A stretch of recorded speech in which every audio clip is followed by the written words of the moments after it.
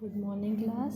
Our next chapter is Earth and its natural satellites. हमारा जो next chapter है chapter number 13 earth and it's natural satellites. इस chapter में हम अर्थ के बारे में, उसके कुछ सैटेलाइट्स जो होते हैं नेचुरल सैटेलाइट्स हैं या कुछ आर्टिफिशियल सैटेलाइट्स हैं जो मैन मेड हैं, उनके बारे में स्टडी करेंगे। तो सबसे पहले हम पढ़ते हैं अबाउट द अर्थ। सी साइंटिस्ट ऐसा मानते थे कि 5 मिलियन ईयर एगो क्या था, जो सोलर सिस्टम था हमारा वो एक स्पिनिंग क्लाउड की तरह था, एक घूमते हुए बादल की तरह था, ठीक है, जिसमें बहुत सारी हॉट गैसेस थी और डस्ट के पार्टिकल्स भी थे। इसी तरह जो ये मटेरियल था ये सेंटर में आता गया, डस्ट पार्टिकल या हॉट गैसेस और अदर जितने भी मटेरियल थे वहाँ पे प्रेजेंट वो सब सेंटर में आते गए और उसने मिलकर क्या बनाया, हमारा सन बनाया, एक प्लैनेट बनाया जिसको हमने सन जिसको कहा गया।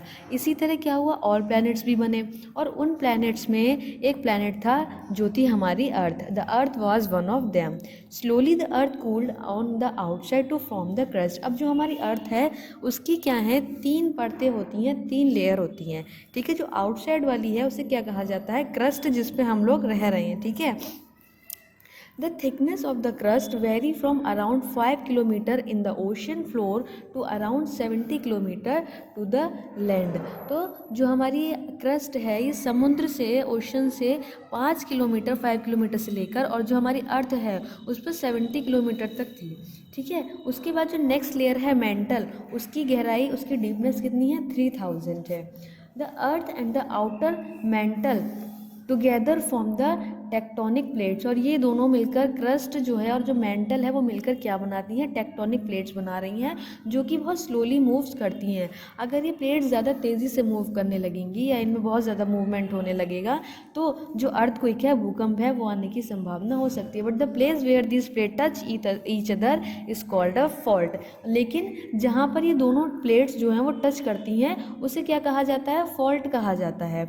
और the next layer is the hot outer core which is made up of the iron and निकल। और जो नेक्स्ट हमारी आउटर कोर लेयर है वो आयरन और निकल से मिलकर या उसकी तरह मिलकर बनी होती है। This is so hot that the iron and nickel metal are liquid. Iron और जो हमारा निकल मेटल है वो लिक्विड फॉर्म में होता है, इसीलिए ये बहुत गर्म होती है। जो इससे अंदर हमारी इनर कोर है वो हॉटेस्ट पार्ट है हमारी अर्थ का, वहाँ का टेम्परेचर 5000 डिग्री माना जाता है, ठीक है।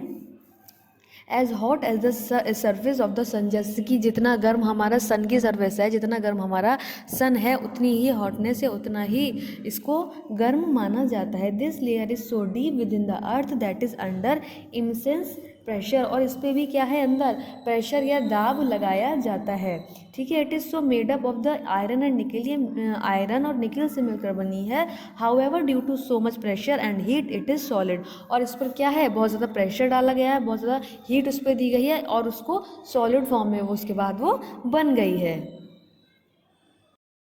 नेक्स्ट है moon. The moon is the natural satellite of the earth. It is a lifeless place. It has no air और water. Its surface is covered with rocks and dust. जो moon है वो नेचुरल सैटेलाइट है हमारे अर्थ का। Satellites क्या होते हैं, व्हाट इज सैटेलाइट? सैटेलाइट्स ऐसी चीज़ें हैं या एक सैटेलाइट ऐसा क्राफ्ट है जिससे कि अर्थ के रिवॉल्व मूव कराया जाता है उसकी कंडीशन जानने के लिए, ठीक है। तो अब तो जो साइंटिस्ट हैं उन्होंने काफ़ी स्पेस क्राफ्ट बनाए हैं जो अर्थ की कंडीशन है, अदर प्लानट, उस पर प्लैनेट्स पर उनके आसपास भेजे जाते हैं उनकी कंडीशन जानने के लिए। लेकिन जो हमारा मून है वो हमारा नेचुरल सैटेलाइट है अर्थ का, ठीक है। वो पहले से ही हमारी नेचर में प्रेजेंट है, वो मैन मेड नहीं है, ठीक है। मून तो आपका नेचर में ही प्रेजेंट है। वहाँ पे लाइफ नहीं है, क्यों नहीं है? क्योंकि वहाँ ना एयर है ना वाटर है, ठीक है। ह्यूमन बींग्स को सर्वाइव करने के लिए एयर वाटर की नीड होती है, तो वहाँ पे ना तो एयर है ना वाटर है, इसीलिए वहाँ पे लाइफलेस प्लेस उसे कहा जाता है। सिर्फ चट्टानें और dust, rocks and dust particle वहाँ पे मौजूद हैं। There are tall mountain and the plains on the moon. Mountains और क्या कहते हैं, प्लेन्स वहाँ पे हैं। And there are large round ditches called crater. बहुत बड़े बड़े गड्ढे वहाँ पर मौजूद हैं, जैसे कि आप डायग्राम में भी देख रहे होंगे। उन्हें क्या कहा जाता है, क्रेटर्स कहा जाता है। Some of the craters are 100 of kilometre wide. कुछ इतने हैं कि 100 किलोमीटर तक वाइड है, फैले हुए हैं। Many of them has been made by large rock falling on the surface of the moon. पूरे सरफेस में मून की वो रॉक्स के साथ फैले हुए हैं। अगर हम फुल मून को देखें एक लाइट में तो हमें कुछ डार्क एरिया दिखाई देगा। ये डार्क एरिया क्या होता है, प्लेन होता है, और जो लाइट एरिया होता है वो माउंटेन्स होते हैं, ठीक है। Craters of the moon can be easily seen with the help of telescope, और टेलीस्कोप की हेल्प से हम मून के जो क्रेटर्स होते हैं, ये मून की जो कंडीशन है उसको प्रॉपरली अच्छे से देख सकते हैं। Phases of the moon. The moon takes about 1 month to revolve around the earth. As it revolves, it rotates slowly. जो मून है वो पूरा 1 मंथ ले लेता है सन के चारों ओर मूव करने में, ठीक है। और ये स्लोली जब मूव कर रहा है तो ये अपनी ही एक्सिस पे क्या कर रहा है, रोटेट भी कर रहा है, ठीक है। और 1 मंथ लेगा ये पूरा रोटेट होने में। Since it revolves and it rotates at the same speed, the same side of the moon always faces us. The side A in the figure always faces the sun. जो side ए है वो हमेशा सन की तरफ रहेगी, ठीक है, और जो साइड बी है वो हमारी साइड से हमसे दूर रहेगी। तो इसीलिए क्या होता है कि हम दोनों साइड नहीं देख पाते। कुछ you have earlier learn that the moon does not give out और इट्स ओन लाइट। मून की अपनी लाइट नहीं होती है, ठीक है। It only reflect the light out of the सन।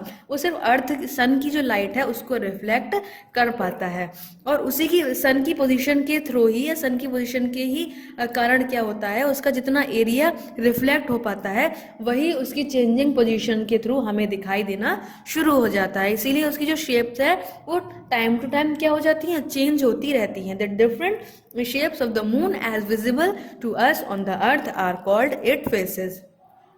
और जितने भी उसके विजिबल फेसेस हैं जो या विजिबल मून है जो हमें दिखाई देते हैं वो क्या कहलाता है, फेसेस ऑफ द मून कहलाता है, ठीक। देखिए कैसे, the day when we can not see the moon in the sky is called the new moon day. जब हमें मून नहीं दिखाई देगा तो वो क्या कहलाएगा, न्यू मून डे कहलाएगा। The moon is not visible as side of the moon facing us gets no sunlight at all. इसका मतलब उसको सनलाइट नहीं मिल पाई। In the next couple of the day, a small portion of the side of the moon facing us gets sunlight and it's visible to us. जब उसको sunlight next part में या next portion में मिल पा रही है तो उसका बहुत ही small सा portion जो है वो हमें दिखाई देना शुरू हो जाता है, ठीक है। इसे क्या कहा जाता है, crescent moon कहा जाता है।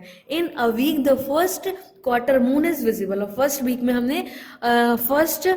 में हमने पहले वीक में हमें फर्स्ट क्वार्टर मून दिखाई देता है। इन the next 3 days from the day 3 quarter of the moon is visible. 3.5, ठीक है, जिसे कहेंगे वैक्सिंग गिब्स मून, वो हमें दिखाई देना शुरू हो जाएगा। On the 4th day the entire side of facing get sunlight and we can see the full moon. और फिर 4th day क्या होगा, हमें इस तरह से फुल मून दिखाई देना शुरू हो जाएगा। एक बार फिर से समझिए, पहले हमें स्मॉल मून दिखाई देगा जितना उसको पार्ट विजिबल हो पा रहा है, ठीक है, हमें जितना पार्ट उसका विजिबल हो पा रहा है। उसके बाद थर्ड पार्ट में क्या हो रहा है, 3.5 थर्ड क्वार्टर मून विजिबल हमें हुआ, पूरा नहीं हुआ, ठीक है। उसके बाद हमें फुल मून विजिबल होना शुरू हो गया। On the 14th day of the entire side facing get us sunlight and we can see full moon, हमने यहाँ देख लिया। In the next 14 days to the moon progressively decrease. उसके बाद ये साइज में डिक्रीज होना शुरू हो जाता है, ठीक है।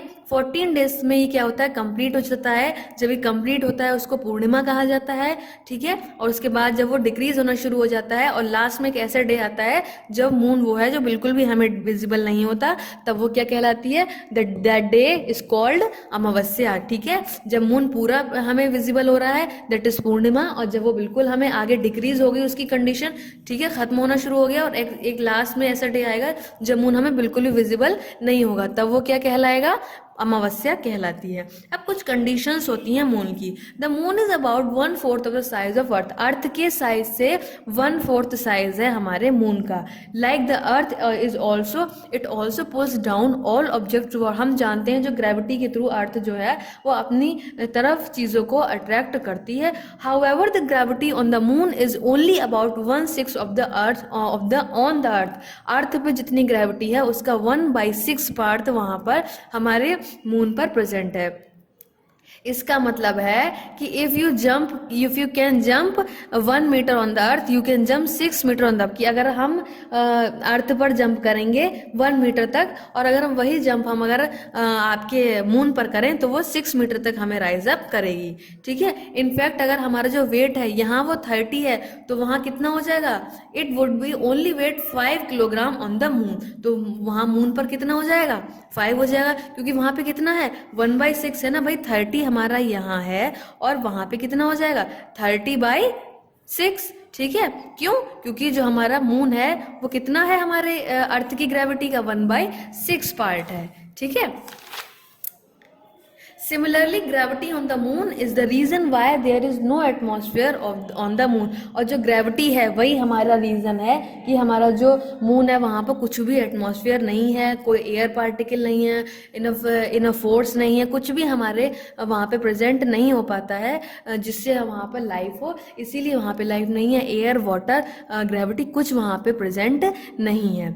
ठीक है, और कहते हैं हमारे जो the atmosphere on the earth prevents in form become very hot during the day and very cold during the night। since there is no atmosphere of the moon, वहाँ पे कोई atmosphere present ही नहीं है। the side facing away from the sun become freezing cold। जो side face है जहाँ पे sunlight पहुँच ही नहीं पा रही है वहाँ पे बहुत freezy day हो जाता है, जहाँ पे बहुत पहुँच रही है sunlight तो एकदम boiling hot की तरह हो जाता है। तो जो moon है वो very is a quiet place, even if a big rock smash on the surface of the moon no sound can be heard. अगर कोई चीज़ टकराएगी भी वहाँ, स्मैश भी करेगी, तो वहाँ पे आवाज़ नहीं आएगी, क्योंकि वहाँ पे एयर भी नहीं है, और साउंड को ट्रैवल करने के लिए एयर की नीड होती है।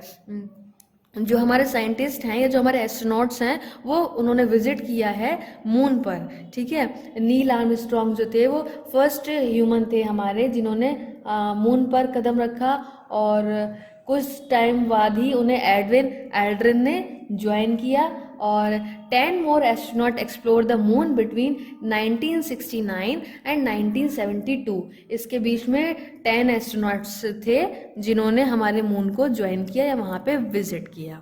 ठीक है, अब आता है टाइड्स। टाइड्स क्या होती हैं, या इफेक्ट्स ऑफ टाइड क्या होता है, क्या इफेक्ट्स होते हैं हमारे टाइड के। Tides are the rise and fall of the water level. Water में जो हमारा लेवल होता है सीज वाटर बॉडीज़ में, वाटर बॉडीज़ जैसे कि ओशन या सीज हो गए, उसमें जो वाटर लेवल है वो राइज और फॉल होता रहता है, बढ़ता और घटता रहता है। इसी को क्या कहा जाता है, टाइड्स कहा जाता है। जो राइजिंग है, जो बढ़ा हुआ है, उसे क्या कहा जाएगा, हाई टाइड कहा जाएगा। जो गिरता हुआ लेवल है उसे लो टाइड कहा जाएगा। और यही साइकिल, यही राइज और फॉल जो टाइड्स हैं वो मिलकर क्या बनाते हैं, टाइड साइकिल बनाते हैं। The gravitational force of the moon pulls the oceans slightly towards itself। जो हमारा ग्रेविटेशनल फोर्स है मून का वो क्या करता है, पुल करता है ओशन को अपनी तरफ। This cause a bulge of high tide on the side of the earth closest to moon। However, tides are also affected the sun and the rotation of the earth। जो tides हैं वो हमारे सन को और हमारे अर्थ के रोटेशन को भी इफेक्ट करते हैं। डायग्राम में देख रहे हैं आप, ये हाई टाइड्स हैं। ठीक है, इस तरह से ग्रेविटेशनल फोर्स है, ठीक है, ऑफ मून का, जो उसको अपनी तरफ अट्रैक्ट कर रहा है या खींच रहा है, और ये हमारी अर्थ है। ठीक है, जो टाइड्स हैं वो किसके कारण होते हैं, gravitational force of the moon के कारण भी होते हैं। The sun's gravitational pull also plays a part. जो सन का ग्रेविटेशनल है वो भी एक इम्पॉर्टेंट रोल प्ले करता है। When the sun and moon are in line with the earth, their combining gravity cause very high and very low tide called spring tide। जब क्या होता है, सन और मून एक लाइन में होते हैं अर्थ के साथ, तब ये सब कंबाइन होकर एक ग्रेविटी जो है जिसका कारण होता है, ग्रेविटी के कारण क्या होता है, बहुत ही हाई और बहुत ही लो टाइड्स होते हैं, जिसे स्प्रिंग टाइड्स कहा जाता है। ठीक, when the sun and moon are in right angle to each other, जब वो राइट एंगल पोजीशन में बना रहे हैं, राइट एंगल पोजीशन दे रहे हैं अपनी, तो ग्रेविटी सन की जो है वो हेल्प करती है कैंसिल करने के लिए उस ग्रेविटी को जो मून की तरफ से आ रही है। तो इससे क्या कहा जाता है, नीप टाइड्स कहा जाता है। अब आते हैं कुछ आर्टिफिशियल सैटेलाइट्स। सैटेलाइट्स क्या होते हैं? सबसे पहले तो कोई भी स्पेस के एन आर्टिफिशियल सैटेलाइट क्या है? एक ह्यूमन के द्वारा बनाया गया स्पेसक्राफ्ट है जो रिवॉल्व करता है अराउंड द अर्थ के चारों तरफ। फर्स्ट आर्टिफिशियल सैटेलाइट जो था वो स्पुतनिक 1 था, जो रशिया में लॉन्च हुआ था 1957 में 4 अक्टूबर को। सिंस देन तब से 100 ऑफ आर्टिफिशियल सैटेलाइट जो हैं वो लॉन्च हो चुके हैं। इंडिया ने भी बहुत सारे सैटेलाइट्स लॉन्च किए हैं। GS8015 लॉन्च हुआ था 11 नवंबर 2015 में। अब सैटेलाइट्स का मोस्ट प्रॉपरली यूज़ क्या है सैटेलाइट का, हम क्यों यूज़ कर रहे हैं आर्टिफिशियल सैटेलाइट को?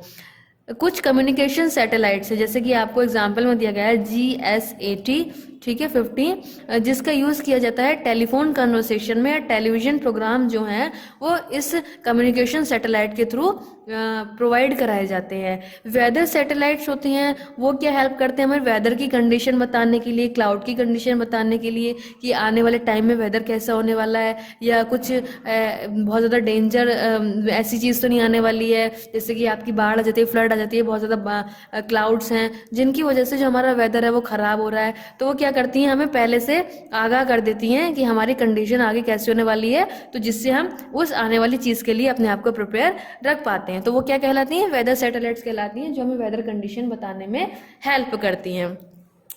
कुछ सैटेलाइट्स होती हैं जो रिमोट सेंसिंग सैटेलाइट्स होती हैं, जैसे कि वो फोटोग्राफ लेने में हेल्प करती हैं अर्थ की सरफेस का, जैसे कि कार्टोसैट 2 एक रिमोट सेंसिंग सैटेलाइट है जो लॉन्च किया था इंडिया ने 12 जनवरी 2018 को, ठीक है। और इंडिया ने वर्ल्ड का फर्स्ट एजुकेशनल सैटेलाइट भी लॉन्च किया है, जिसे एड्यूसेट कहा जाता है, सितंबर 2004 में, जिसका it is use to send educational program to all over India even to remote village. और इसके थ्रू क्या होता है, एजुकेशनल प्रोग्राम जो हैं वो पूरे रिमोट इंडिया में दिए जाते हैं या बताए जाते हैं, जिनका यूज़ हो रहा है, सेंड किए जाते हैं इवन विलेजेस में भी, ठीक है। तो सैटेलाइट्स का अब यूज़ होने लगा है mostly study outer space. Mostly इसका स्पेस की जो स्टडी था उसके लिए यूज़ किया जाता था कि स्पेस में क्या हो रहा है हमारे सोलर सिस्टम में। तो now they have had to increase our knowledge to the planets of our and star, कि प्लैनेट्स के बारे में वो हमें